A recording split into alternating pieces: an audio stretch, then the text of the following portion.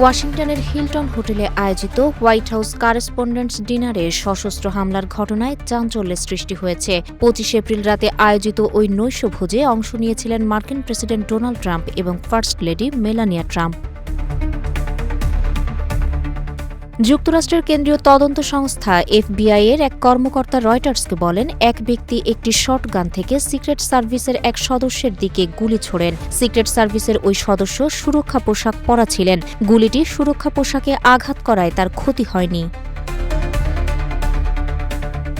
নৈশভোজ অনুষ্ঠানে উপস্থিত থাকা অতিথিরা গুলির শব্দ শুনে আতঙ্কিত হয়ে পড়েছিলেন। তাদের কেউ কেউ টেবিলের নিচে আশ্রয় নেন। ট্রাম্প এবং মেলানিয়াকে দ্রুত নিরাপদে সরিয়ে নেওয়া হয়। নৈশভোজে উপস্থিত থাকা অতিথিরা গুলির শব্দ শোনা মাত্রই কথা বলা থামিয়ে দেন। মুহূর্তেই চারদিকে চিৎকার শুরু হয়, নিচে বসে পড়ুন, নিচে বসুন।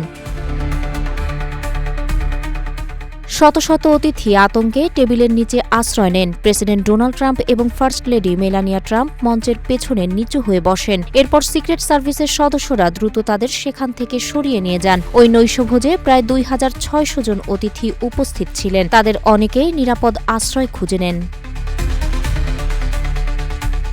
ঘটনাস্থলে থাকা নিজস্ব সংবাদদাতার বরাতে বিবিসিও বলেছে, ট্রাম্পকে দ্রুত সিক্রেট সার্ভিস এজেন্টরা কক্ষ থেকে বের করে নিয়ে যান। কিছুক্ষণের মধ্যেই প্রতিরক্ষামন্ত্রী পিট হেগসেথ সহ প্রশাসনের ঊর্ধ্বতন কর্মকর্তাদেরও তাদের নিরাপত্তা দল সরিয়ে নিয়ে যায়। কয়েক মুহূর্তের বিশৃঙ্খলার পর অতিথিরা টেবিলের নিচ থেকে বেরিয়ে এসে পরিস্থিতি বোঝার চেষ্টা শুরু করেন।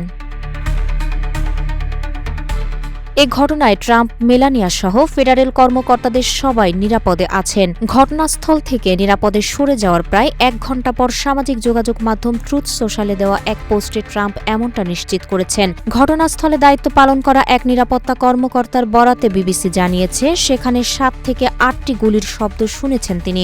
সন্দেহভাজন বন্দুকধারীকে গ্রেপ্তার করা হয়েছে। সিক্রেট সার্ভিসের মুখপাত্র অ্যান্টনি গুগলিয়েলমি বলেন, অনুষ্ঠানের প্রবেশ পথে মূল তল্লাশি এলাকার কাছে ঘটনাটি ঘটেছে। সিক্রেট সার্ভিস ঘটনাটি তদন্ত করছে। তাহের আক্তার, রূপালী বাংলাদেশ।